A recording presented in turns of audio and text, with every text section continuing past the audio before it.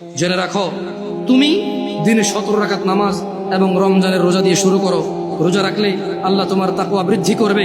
সিয়াম পালন করো, তুমি রমজান মাসের রোজা ভাঙিও না। জেনে রাখো, তুমি যদি একটা রোজা ভাঙো, একটা রোজার কাফারা লাগাতার 2 মাস রোজা, লাগাতার, মধ্যখানে বিরতি দেওয়া যাবে না। লাগাতার 2 মাস রোজা থাকলে একটার বদলে কাফারা হবে। এরপরে যথেষ্ট নয় এই কাফারা, এই 2 মাস লাগাতার রোজা থাকার পরে আল্লাহর কাছে মাপ চাইতে হবে তুমি বিনা কারণে কেন রোজাটা ভাঙলে। এরপরে কিয়ামত পর্যন্ত, বিচারের মাঠ পর্যন্ত অপেক্ষা করা লাগবে এটা জানার জন্য যে তুমি যে তওবা করেছো এই তওবা আল্লাহ কবুল করেছে কিনা। কত ভয়ানক একটা ব্যাপার না? রোজা রাখবা ইনশাআল্লাহ, রোজা রাখবা ইনশাআল্লাহ। বেতাগার মানুষ, খুশি হয়ে যাও, সন্তুষ্ট হয়ে যাও রবের প্রতি, তারা যারা তোমরা রমাদান মাস পাচ্ছ। আল্লাহ আমাদের সবাইকে রমাদান পর্যন্ত পৌঁছে দিন। ইয়া আল্লাহ, রমাদান পর্যন্ত না নিয়ে আপনি মৃত্যু দিয়েন না।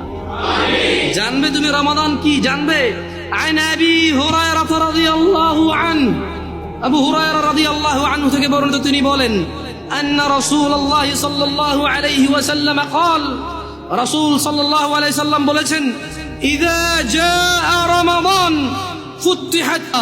ও মানুষ শুনে নাও, আবু হুরায়রা বলছে, মুহাম্মদ সাল্লাল্লাহু আলাইহি ওয়াসাল্লাম বলেছে, ইযা জাআ রমাদান, যখন রমাদান মাস আসে, আল্লাহ আল্লাহ আল্লাহ আল্লাহ আল্লাহ, ফুতিহাত আবওয়াবুল জান্নাহ, আবওয়াবুল জান্নাহ, জান্নাতের দরজা খুলে দেওয়া হয়। ওয়া গুলিকাত আবওয়াবুন নার, জাহান্নামের দরজাকে বন্ধ করে দেওয়া হয়। আলহামদুলিল্লাহ, ইয়া আল্লাহ, কি মাস এটা, ইয়া আল্লাহ, কি মাস, সুবহানাল্লাহ।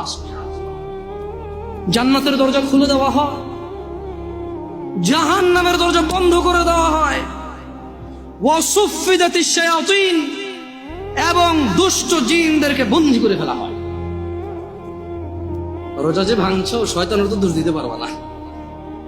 রমজান মাসে যারা নামাজ পড়ো না তারা তো ইবলিসের দোষ দিতে পারবা না। যদিও কিয়ামতে ইবলিসের দোষ দিয়ে পার পাওয়া যাবে না রমজান মাস ছাড়াও, কিন্তু বড় আফসোস